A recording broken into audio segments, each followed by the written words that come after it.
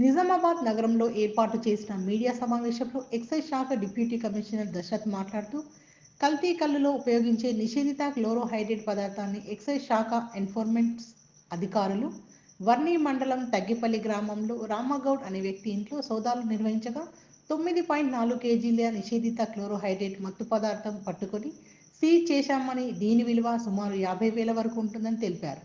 జిల్లాను మత్తురహిత జిల్లాగా మార్చడానికి ఎక్సైజ్ శాఖ పనిచేస్తుందని డిప్యూటీ కమిషనర్ దశరథ్ అన్నారు. వాళ్ళు ఈరోజు 18/12/2023 సుమారు తెల్లవారుజామున 8 గంటలకు తగ్గేపల్లి గ్రామము వర్ణి మండలము బోధన్ ఎక్సైజ్ స్టేషన్ పరిధిలో ఉన్నటువంటి విలేజ్కి ప్రొసీడ్ కావడం జరిగింది. అక్కడ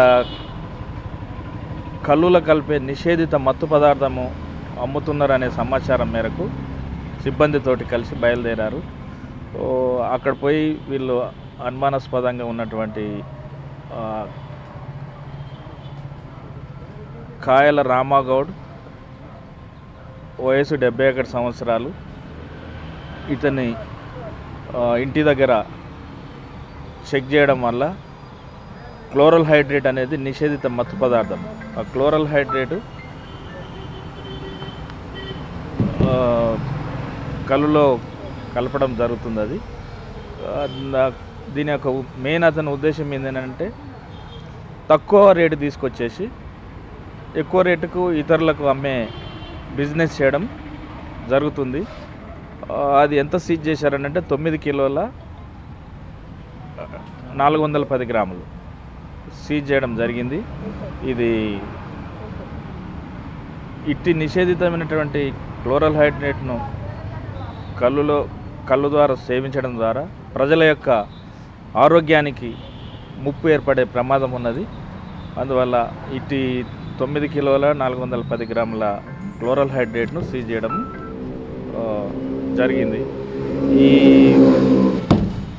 ఈ వ్యక్తి పూర్వం కూడా కళ్ళు బిజినెస్ చేసేవాడు. ఇప్పుడు కూడా అదే ఉద్దేశంతో క్లోరల్ హైడ్రేట్ను తీసుకొచ్చి అమ్మే ఉద్దేశంతో ఉన్నది. అది మార్జిన్ 1,000 రూపాయల కిలో తీసుకొచ్చేసి 4,000 నుంచి సుమారుగా 5,000 వరకు 1 కేజీ బయట వ్యక్తులకు అమ్మే మా ఉద్దేశంతో బిజినెస్ పరంగా తీసుకొచ్చుకున్నాడు. ఇది ఏమైనా యాక్చువల్గా ఏంటంటే క్లోరల్ హైడ్రేట్ అనేది మెడిసినల్ పర్పస్ మాత్రమే వాడతారు, కానీ కళ్ళులో కలపడానికి మాత్రం నిషేధితం.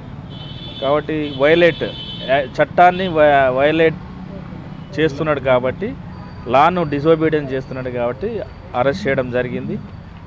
దాన్ని ప్రస్తుతం కేసు ఇన్వెస్టిగేషన్ ఉంది. దీని వెనకాల ఇంకెవరైనా ఉన్నా కానీ డెఫినెట్గా మేము ట్రేస్ అవుట్ చేసేసి ఫర్దర్ ఇన్వెస్టిగేషన్ చేస్తాము. ఇందులో పాల్గొన్నటువంటి ఎన్ఫోర్స్మెంట్ టీమ్ ఆఫీసర్ల వల్ల అయితే ఉన్నారో స్వప్న, వెంకటేశం ఇన్స్పెక్టర్లు, అదేవిధంగా Narayana Reddy head constable, Bhojanna constable, Vishnu, Anjaiah, Hameed and Shivakumar, Avinash. So ఈ క్యాండిడేట్స్ అందరు కూడా సిబ్బంది అందరు కూడా పాల్గొన్నారు. కాబట్టి ఇట్టి పత్రికా ముఖంగా మరి అదేవిధంగా ఎలక్ట్రానిక్ మీడియా ముఖంగా ఈ సిబ్బందిని నేను అభినందిస్తున్నాను.